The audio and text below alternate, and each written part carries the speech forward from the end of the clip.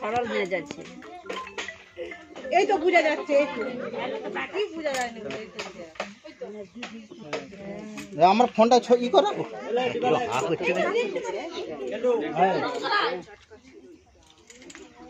এটাই ধরবে। হ্যাঁ ধরে যাবে। ছোট বলো না, ভালো বল নেই তো, বল আছে এই যে ওই সাইডে যা। আজকে আমি এলাম, এটা কলাগেছিয়া দাসপুর থানা 1 নম্বর অঞ্চল, পশ্চিম মেদিনীপুর। এই বিষধর সাপটি, এই গোপ্র সাপটি বাড়ির দেয়ালের গায়ে জালে জড়ি যায়। মনে হচ্ছে কিছু ইঁদুর টিঁদুর খেয়েছে। রাত্রিবেলায় জালি জড়িয়েছে, এরা জোড়া জোড়ায় থাকে। বাড়িতে এরকম তিলপর পলিথিন রাখবেন না, জীবনের দাম অনেক। বিশেষ করে গ্রীষ্মকাল চলছে, ব্লিচিং পাউডার কিনে নেবেন 500, গুঁড়া চুন 2 কিলো কিনবেন। 1 কিলো চুনে 250 ব্লিচিং দেবেন, বাড়ির চারধারে বাড়ির মেঝেতে দিয়ে মুছে দেবেন। হাত লাগাবেন না, চুনটা দেওয়া হচ্ছে, চুনটা যেন কারেন্ট আটকা হয়। প্রত্যেকটা বিছানে ল্যাপথলিন দেবেন।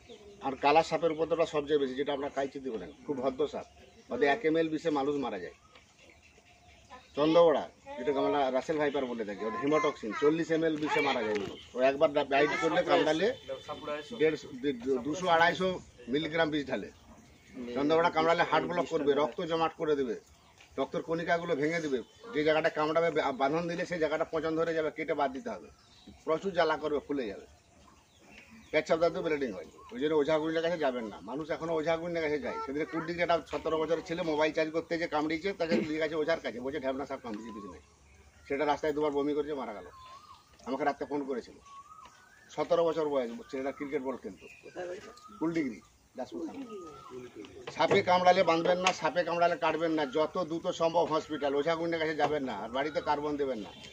প্রত্যেকটা বিছানে ল্যাপথলিন ব্যবহার করবেন, 6টা 8টা 10টা করে ল্যাপথলিন ব্যবহার করবেন। এই হাতটা থেকে বাড়িটা একটু স্লোটা তুলতে হবে, ভিডিওটা এটা সবাইকে ঘুরে তুলতে হবে।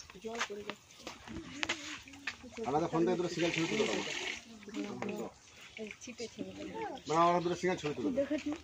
আমাকে সব সিঙ্গেল ছবি দিলে তুলে ফটো খিচুন, সিঙ্গেল ফটো, 2-4 কপি ফটো তুলে দেবো। উপাসে যে তুলো ভাই, তুমি তুলো দাঁড়া তুলো।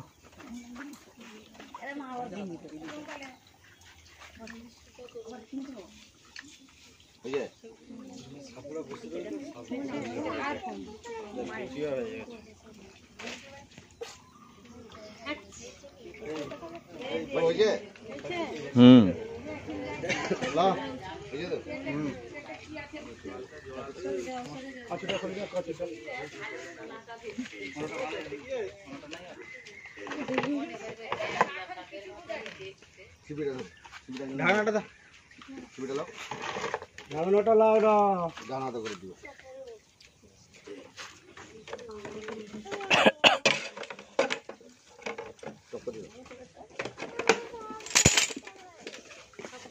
ছোট হয়ে গেল, ধূপ দিবে।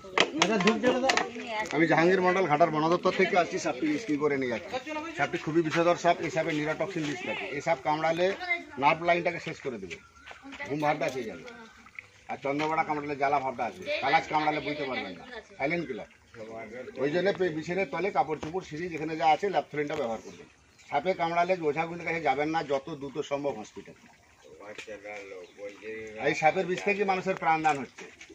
ঘোড়াকে কামড়া না করে ও সিরামটালি অ্যান্টিভেনম দেয়। আপনারা হসপিটালে গেলে যে অ্যান্টিভেনমটা দেয়, এই সাপের বিষ থেকেই তৈরি হয়। দামি দামি ওষুধ তৈরি হয়। বহু লোক প্রশ্ন করে জাহাঙ্গীরবাবু সাপকে মেরে দেননি কেন?